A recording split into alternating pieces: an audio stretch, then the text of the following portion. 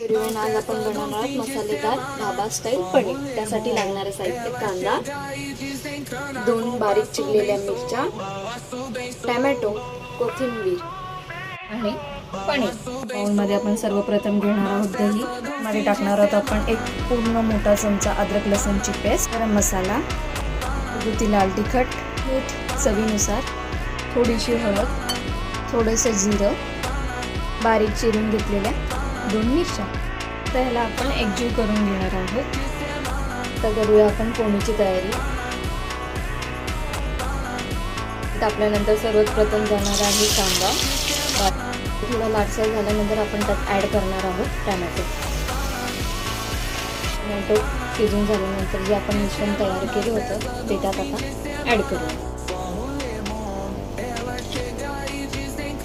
सुटल्यानंतर आपण ॲड करणार आहोत कोथिंबीर ॲड केल्यानंतर आपण ॲड करणार आहोत आपले पनीर. तयार आहे आपला पनीर मसाला ढाबा स्टाईल. आवडल्यास like, share, comment and subscribe.